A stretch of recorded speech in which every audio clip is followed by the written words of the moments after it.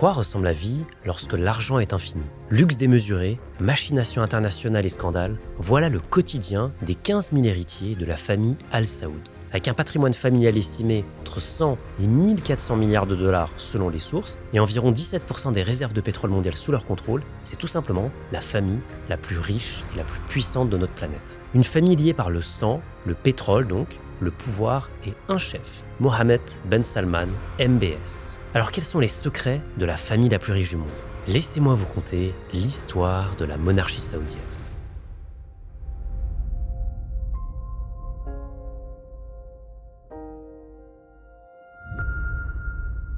1945. Franklin Roosevelt rencontre en secret le roi Abdelaziz Ibn Saoud. Cette rencontre a lieu à bord de l'USS Quincy dans le canal de Suez. Les deux chefs d'État savent déjà que ce deal va être très rentable. Mais ils sont loin de se douter que ce sera l'un des meilleurs deals de tous les temps. En 1938, un des plus grands gisements de pétrole au monde avait été découvert en Arabie Saoudite. En échange de la protection américaine, la concession exclusive de prospection pétrolière vient d'être attribuée à la SoCal, la Standard Oil of California, l'une des nombreuses sociétés du légendaire John D. Rockefeller.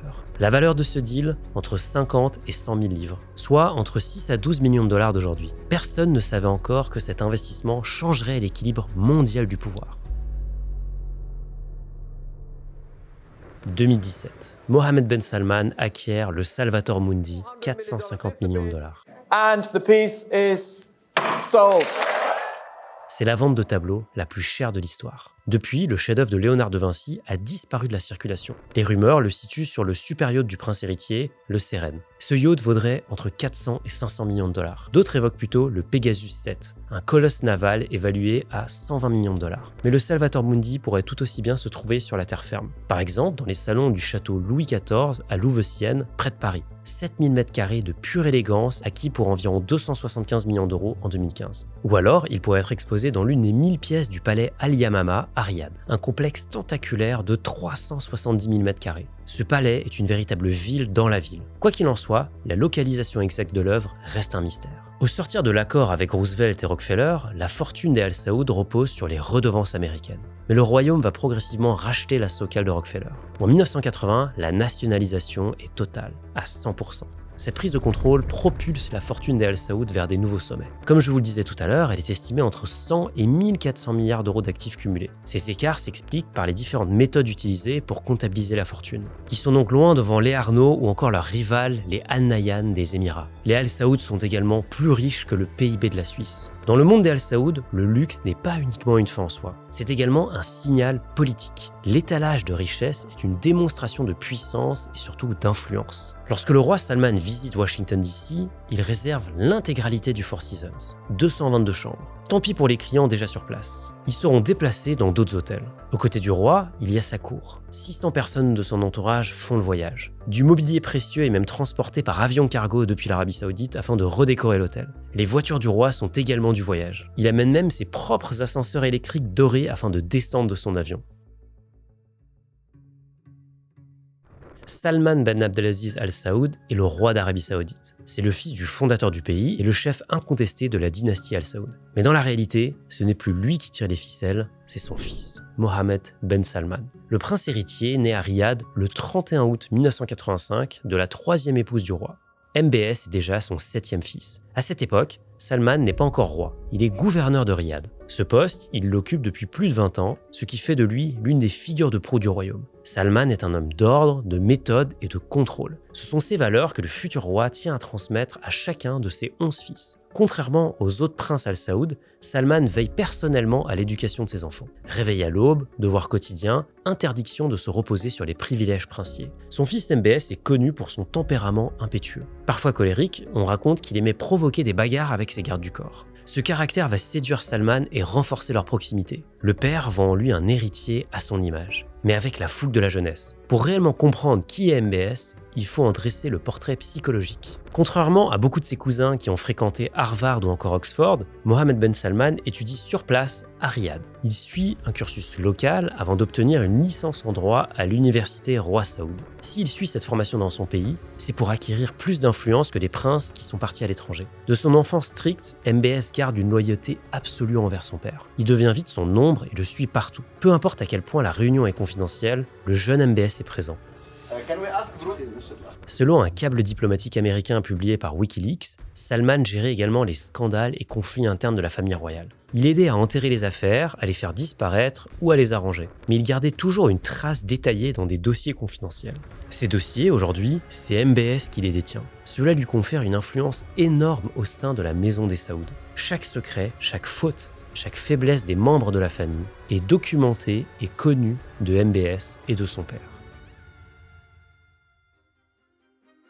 La famille Al Saoud compte plus de 15 000 membres. Bien sûr, tous n'ont pas la même importance. Mais un élément les unit presque tous. Ils touchent une rente pour être nés dans le bon clan. Selon un câble diplomatique américain de 1996, publié par Wikileaks et repris par Reuters, un système d'allocation mensuelle existe depuis des décennies. Ces informations, bien que datées et non confirmées officiellement pour la période actuelle, donnent un aperçu du système. Les montants commenceraient à $800 par mois pour les cousins les plus éloignés. Ils monteraient jusqu'à $270 000 mensuels pour les fils directs du fondateur du royaume. Ajusté à l'inflation, cela correspond à près de $570 000 aujourd'hui. Les petits-enfants toucheraient environ $27 000 par mois, les arrière-petits-fils $13 000. Des bonus seraient aussi versés pour les mariages et la construction de palais. Des facilités d'accès au crédit et un accompagnement sont offerts pour les projets entrepreneuriaux. Un fonctionnement qui rappelle les rouages de la dynastie Mullier sur notre sol français. La monarchie saoudienne est absolue. La volonté du roi est loi. Chaque rôle stratégique est occupé par un prince qui a bien su jouer ses cartes. Armée, affaires étrangères, économie, mais un seul prince peut accéder aux fonctions suprêmes. Quand le roi Abdallah décède en 2015, le pouvoir passe à son demi-frère, Salman. Aussitôt, il nomme son fils préféré au poste le plus stratégique de la nation. À seulement 29 ans, MBS devient ministre de la Défense. Il contrôle désormais l'armée et le renseignement. Mais ce n'est pas tout. MBS prend également la tête du Conseil des affaires économiques et du développement. Il devient donc, de facto, le coordinateur de la politique économique du royaume. Ce pouvoir immense, MBS ne va pas attendre pour le mettre à profit. Mohammed bin Nayef est le prochain successeur désigné au trône. C'est le neveu du roi et un ministre de l'Intérieur respecté. Juin 2017, coup de théâtre. Mohammed bin Nayef est convoqué dans la nuit par le roi. Les caméras de la télévision saoudienne filment une scène soigneusement orchestrée.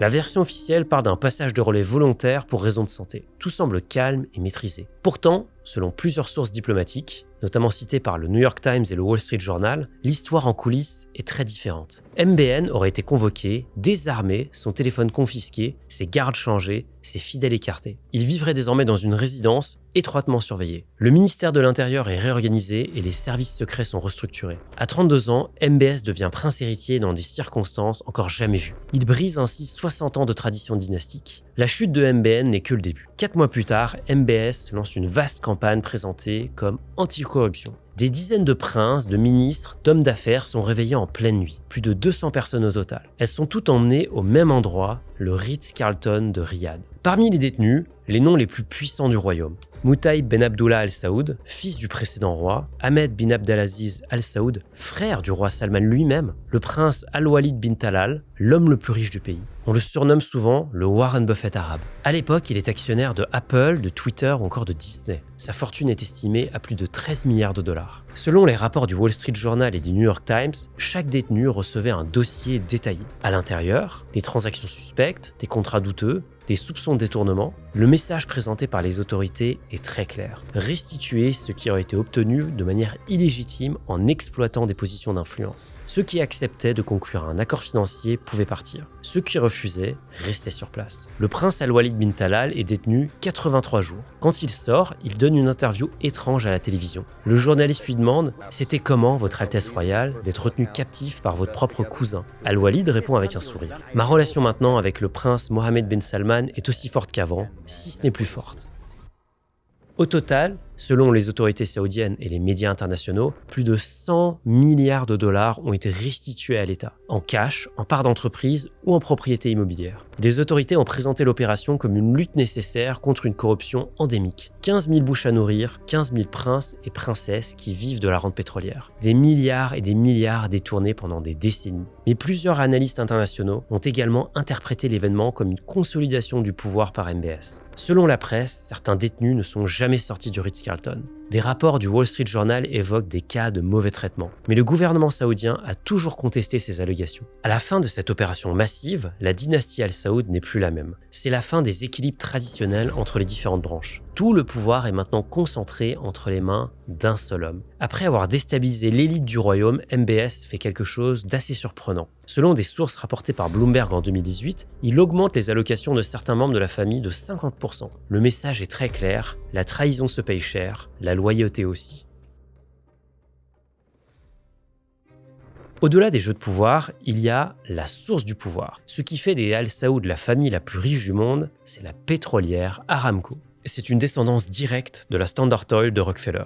Capitalisation boursière, environ 1600 milliards de dollars à l'automne 2025. À titre de comparaison, Total Energy vaut à peine 133 milliards. Selon le dernier rapport annuel publié en 2025, l'entreprise a dégagé un bénéfice net de 106 milliards de dollars en 2024. À titre de comparaison, toutes les entreprises du CAC réunies ont généré 131 milliards de dollars la même année. On estime que les réserves contrôlées par Aramco représentent plus de 250 milliards de barils de pétrole. Aramco pourrait couvrir presque 7 ans de consommation mondiale juste avec ses réserves. Les Al Saoud produisent jusqu'à 12 millions de barils par jour. Coût d'extraction d'un baril, le prix d'un ticket de métro à Paris. Ce même baril se vend ensuite 62 dollars à l'heure où j'enregistre cette vidéo. Cette machine à cash est tout simplement l'entreprise pétrolière la plus puissante du monde. C'est la source du pouvoir saoudien. Ses dividendes couvrent jusqu'à 34% des dépenses de l'État. Si on inclut tous les revenus pétroliers des Al Saoud, dividendes, redevances et autres entreprises, le pétrole représente au total 60% des recettes de l'État. La gouvernance de cette société est soigneusement orchestrée par MBS. Il y place ses plus fidèles lieutenants. Amin Al-Nasser est le CEO, le gardien du joyau de la couronne des Al Saoud. Avec 11% des parts du marché mondial, Aramco permet à la famille de peser dans les décisions de l'OPEP. Elle ajuste sa production en fonction de ses besoins et pour soutenir les prix. Parfois, les Al Saoud utilisent le pétrole comme un outil de pression. Cela leur permet de peser dans les grandes décisions stratégiques des autres pays, en particulier les pays occidentaux qui dépendent fortement du pétrole. En d'autres termes, Aramco joue le rôle de producteur d'appoint ou de swing producer, un rôle qui confère à la famille un pouvoir géopolitique unique au monde, surtout depuis la guerre en Ukraine en 2022 qui a bouleversé l'équilibre énergétique mondial. Aramco n'a pas rejoint les sanctions occidentales contre la Russie, sans pour autant la soutenir ouvertement. En 2023, elle a signé un deal avec l'Ukraine pour 400 millions de dollars d'aide humanitaire et de produits dérivés du pétrole. Une stratégie qui a renforcé l'influence géopolitique des Al Saoud dans un contexte de crise énergétique. Mais cette concentration de richesse et de pouvoir entre les mains d'un seul homme a un prix. La gouvernance de MBS fait l'objet de nombreuses critiques internationales. Elles sont largement documentées par des organisations indépendantes, des médias reconnus, des agences affiliées à l'ONU. Plusieurs observateurs internationaux notent une intensification des répressions internes parallèlement à la consolidation du pouvoir. En 2015, MBS a lancé une intervention militaire au Yémen sans consultation préalable des alliés américains. L'ONU documente plusieurs milliers de victimes civiles dans le conflit qui s'ensuit. En novembre 2017, le premier ministre libanais Saad Hariri aurait été retenu à Riyad et contraint à annoncer sa démission à la télévision saoudienne. Il reviendra sur cette démission après son retour au Liban. En octobre 2018, le journaliste Jamal Khashoggi est assassiné dans le consulat saoudien d'Istanbul. En 2021, une évaluation déclassifiée du bureau du directeur du renseignement national américain conclut que MBS a approuvé l'opération visant Khashoggi. Le gouvernement saoudien a toujours nié l'implication directe du prince héritier, qualifiant l'opération de dépassement de certains agents. La violence et la sensibilité de ces événements sont telles qu'on ne peut pas entrer dans tous les détails dans cette vidéo. Mais tout est documenté par des sources internationales reconnues. Parallèlement à ces controverses, MBS déploie une stratégie de communication internationale d'une ampleur inédite. Cette stratégie repose sur 3 piliers, le sport, le divertissement et les réformes sociales. 2023, le club d'Al Nasser, propriété du fonds souverain saoudien, recrute Cristiano Ronaldo pour 200 millions de dollars par an, le plus gros contrat de l'histoire du football. L'arrivée de la star portugaise à Riyad génère une couverture médiatique mondiale. 2024, la Coupe du monde d'e-sport se déroule à Riyad. MBS est un grand fan de jeux vidéo. En septembre 2025, le fonds souverain saoudien rachète même EA Sports pour 55 milliards de dollars aux côtés de Jared Kushner, le gendre de Donald Trump. Le pays accueille désormais des tournois de golf, son Grand Prix de Formule 1, des combats de boxe géants ou encore du tennis. Les plus grands noms du sport se produisent à Riyad. L'objectif est très clair, associer l'Arabie Saoudite au divertissement, à la technologie et au sport de haut niveau plutôt qu'aux controverses. Cette approche est qualifiée par de nombreux observateurs internationaux comme du sportswashing, l'utilisation du sport pour améliorer l'image du pays. MBS déploie également des réformes sociales qui font partie de cette stratégie. Il fait dissoudre la Mutawa, la police religieuse qui pendant des décennies avait le pouvoir d'arrêter des citoyens pour infraction aux mœurs. En 2018, il donne aussi le droit aux femmes de conduire. Avec ce changement, il met fin à une interdiction qui faisait de l'Arabie Saoudite le dernier pays au monde à l'interdire. Il réouvre les cinémas dans tout le pays après 35 ans d'interdiction. Il organise aussi des concerts et des festivals internationaux avec des artistes mondialement connus. La mixité s'installe progressivement dans les lieux publics. Ces transformations génèrent une couverture médiatique internationale largement positive. Lors de sa tournée américaine en 2018, MBS est accueilli comme une personnalité incontournable.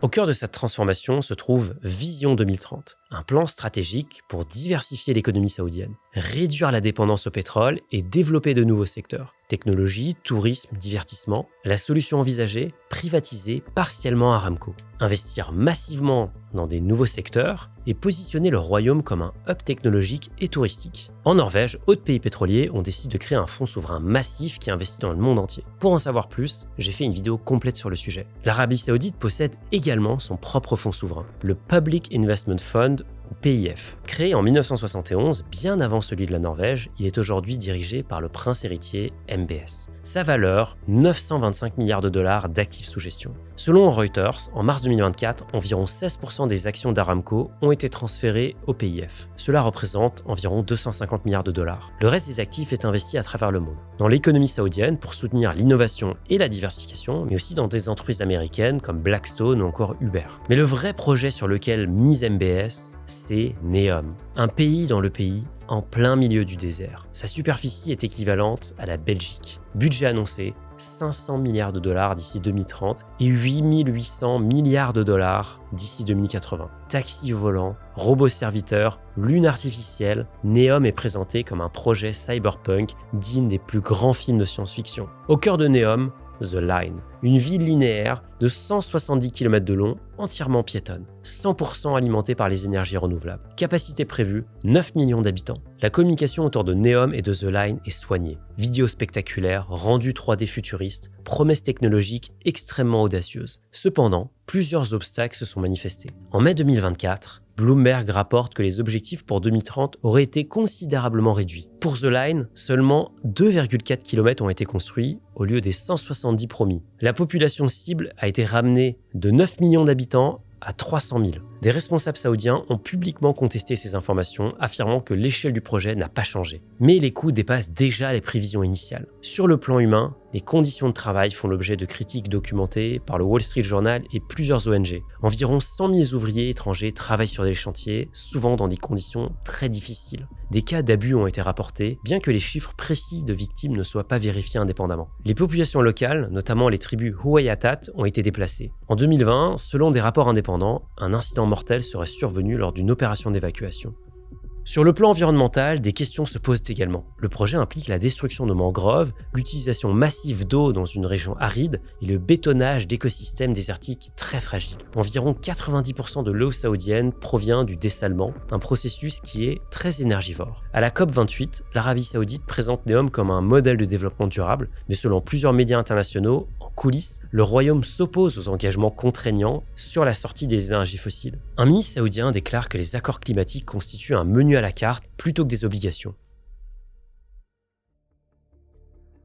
La dernière arme dans la stratégie de MBS, le contrôle de la communication en ligne. L'Arabie Saoudite compte la plus grande population d'utilisateurs de X au Moyen-Orient. Les 2/3 de la population ont moins de 30 ans. Selon plusieurs enquêtes du New York Times et de chercheurs en cybersécurité, une opération d'influence en ligne aurait été mise en place, surnommée l'armée des mouches par ses critiques. Cette stratégie utiliserait des centaines de milliers de comptes automatisés pour amplifier les messages pro-gouvernementaux. Ainsi, un activiste peut recevoir des centaines de réponses négatives en quelques heures pour donner une impression de rejet. Vous l'aurez compris, la vie dans la famille la plus riche du monde n'est pas de tout repos. D'un côté, il y a un luxe extraordinaire. Les yachts, les châteaux, les tableaux, la rente royale. De l'autre, les contraintes du pouvoir. Un système où la loyauté est récompensée et la dissidence durement sanctionnée. 15 000 membres, un seul maître, le monde entier qui regarde. Car les Al Saoud ne sont pas qu'une famille. Ils sont les gardiens d'environ 17% des réserves prouvées mondiales de pétrole, selon l'OPEP. Mais l'histoire nous a appris une chose, aucune dynastie n'est éternelle, à part peut-être la plus grande dynastie de financiers de l'histoire, les Rothschild. Pour découvrir leur histoire entre banques, scandales et richesses inouïes, ça se passe ici.